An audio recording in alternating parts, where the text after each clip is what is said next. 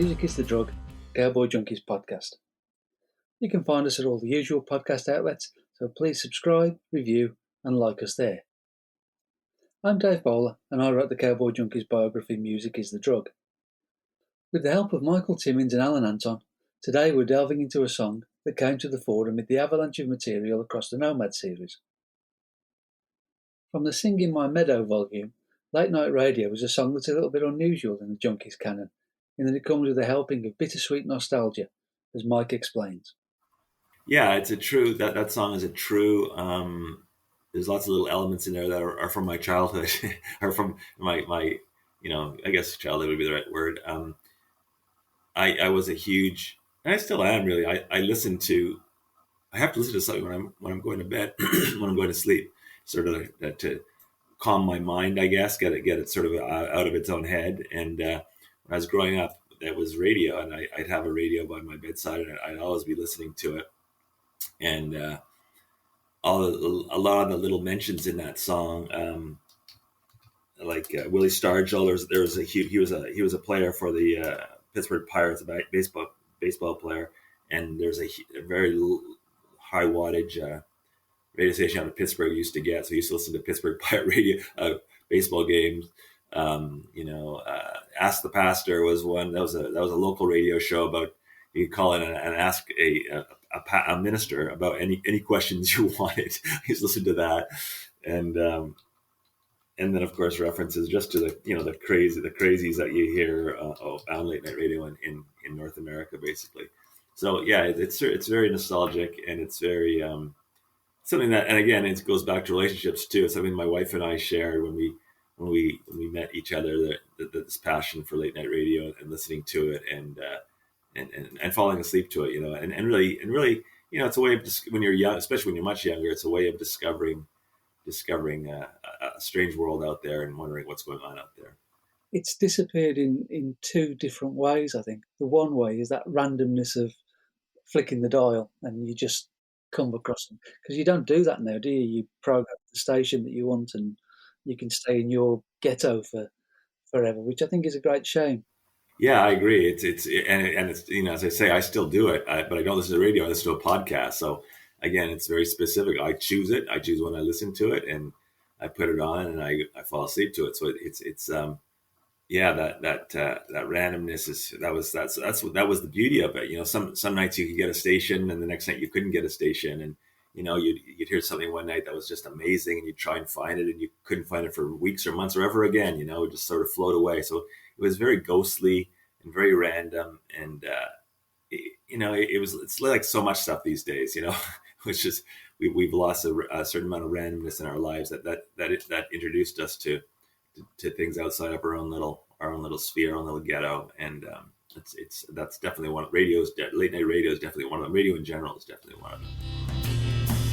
Hey girl, wanna touch my soul? Do you listen to late night radio? Come away with me. I guess for musicians generally, that's a real loss because, there's so much music out there. You go on Spotify and you're confronted by 25 million songs or whatever the hell it is, I don't know. How do you break through if you don't get that little random listen to a station and all of a sudden there's this new band? Yeah, exactly. I mean, I think there's a great speech by Springsteen when Roy Orbison was being inducted into the Rock and Roll Hall of Fame, and he talked about hearing this voice on late night radio and this ghostly thing out there, and it was Roy Orbison, of course, and being introduced to it that way, and and then spending days, months, years trying to find out what that was, and just being sucked into it, and you're right. There's this randomness out there that especially if you're a music listener and not necessarily a musician, but even a music fan, that you're not going to hear it. And part of that too is what they play on radio these days. It's all doesn't matter. The randomness is gone anyways because radio stations are programmed nationally now, if not internationally, and so you lose that anyways. But so yeah, it's I think it's a big loss for everybody. I think the other loss is forgetting music radio, but talk radio, whether it's sports commentary or whether it's news programs, where it's so angry all the time and aggressive, and it was never necessarily like that. No, it was very rare for it to be, right? I mean, I remember there was there was a sports radio show in Montreal when I was growing up, and there was one one guy who was kind of aggressive, and that was so rare and so weird to hear that type of attitude on the radio.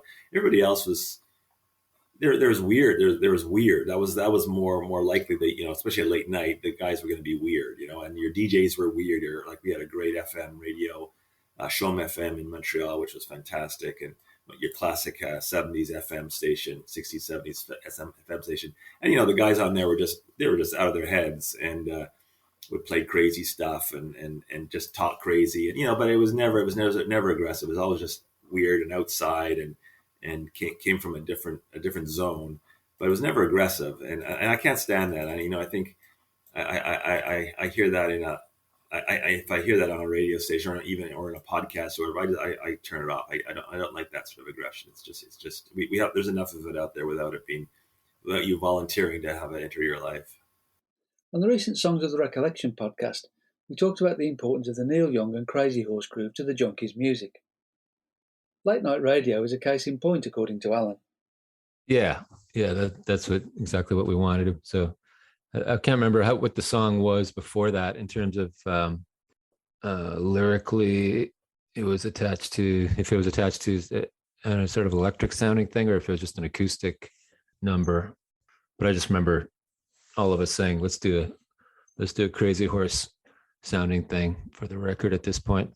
And that's how it came. Because we had a bunch of stuff that was veering towards 70s rock, like Zeppelin or whatever, or our idea of it, I guess. But we didn't really have like a Neil kind of song, or a Crazy Horse kind of vibe. So we really wanted to throw that in there. I think that's how that came about. There was a lot of, I think there were a few versions of that with different ideas on it, but that was the one that seemed the most natural for us to use, because it had that kind of, super groovy vibe that we all like. This was done for the Sing In My Meadow album, and so it was very live off the floor, and very, this recording is probably the first, second, third time we ever played the song, and it's stuck in our repertoire, live repertoire, because it's just got a great feel to it. Pete and Al really swing, and I am able to join in them with it, and Jeff's got a great part in it as well. It's sort of this really spacey, psychedelic vibe, and Margot loves singing it. So it really sits nicely in that sort of psychedelic live vibe that we like to do. And we captured it nicely on this record for sure.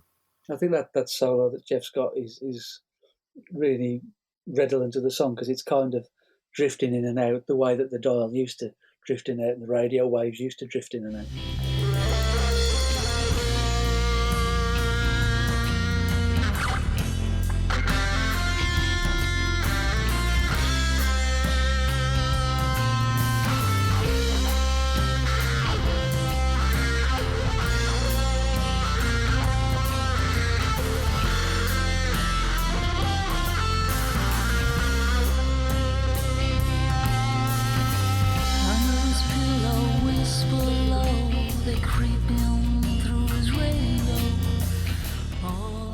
Yeah, exactly. There's a little bit of onomatopoeia in his playing.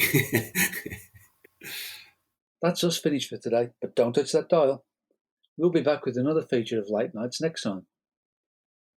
If you haven't picked up your copy yet, Cowboy Junkie's new album, Songs of the Recollection, featuring covers of songs by the likes of Neil Young, Big Chestnut, The Stones and Bob Dylan, is available from all the usual outlets, or direct from the band at cowboyjunkies.com. You can also get a copy of the book Music is the Drug from there too. The Junkies are back on the road again, with new tour dates coming in all the time, across North America, all over Europe, and in Australia and New Zealand. Keep on checking the website for information on new shows. If you're a Spotify user, you can follow our growing podcast playlist. All the details of that and everything else is in the show notes. See you next time.